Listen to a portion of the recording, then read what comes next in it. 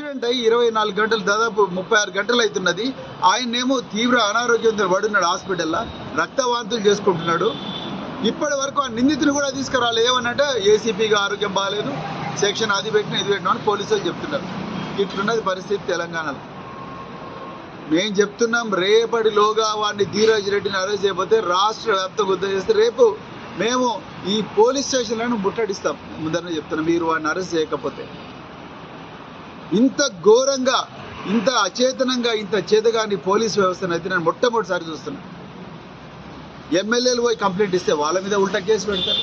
మమ్మల్ని కొట్టినరా బాబు, చంపడానికి వచ్చిందని చెప్పేసి బాధితుడు ఏడ్చుకుంటే రక్తపు గాయాలతో పోతే కనీసం ఆ నేర స్థలానికి కూడా పోలేని చేతగాని దద్దమ్మ పోలీసు ఎందుకు అసలు తెలంగాణ నాకు అర్థం కాదు. నేను మళ్ళీ చెప్తున్నా, ఇదివరకు సిపి రాచకొండ గారికి ఫోన్ చేసిన, ఆయన కూడా ఫోన్ ఎత్తుతలేడు. ఇప్పుడే డీసీపీ మాట్లాడిన, డీసీపీకి చాలా క్లియర్గా చెప్పిన, రేపటిలోగా నిందితుడిని అరెస్ట్ చేయాల్సిందే, లేకపోతే మాత్రం మేము రాష్ట్ర వ్యాప్తంగా ఉద్యమం చేస్తాం. మేము నేషనల్ హ్యూమన్ రైట్స్ కమిషన్ పోతాం, నేషనల్ ఎస్టీ కమిషన్ దగ్గర పోతాం, అన్ని కమిషన్ల దగ్గర పోతాం. మాకు న్యాయం దొరికేదాకా మేము పోరాడుతూనే ఉంటాం. రాష్ట్ర వ్యాప్తంగా ఉద్యమం చేస్తాం. అర్జెంటుగా బీజేపీ ఈ గూండా రాజకీయాలు, బీజేపీ నీ గుండా రాజకీయాలంతా కూడా తెలంగాణ చాలా గమనిస్తున్నది. రాబోయే రోజుల్లో తగిన గుణపాఠం ఈ తెలంగాణ ప్రజలు మీకు చెప్తారని కూడా ఈ సందర్భంగా హెచ్చరిస్తున్నా. ఈ దాసరి అన్నమయ్య గారి మీద జరిగిన దాడిని తీవ్రంగా ఖండిస్తున్నా.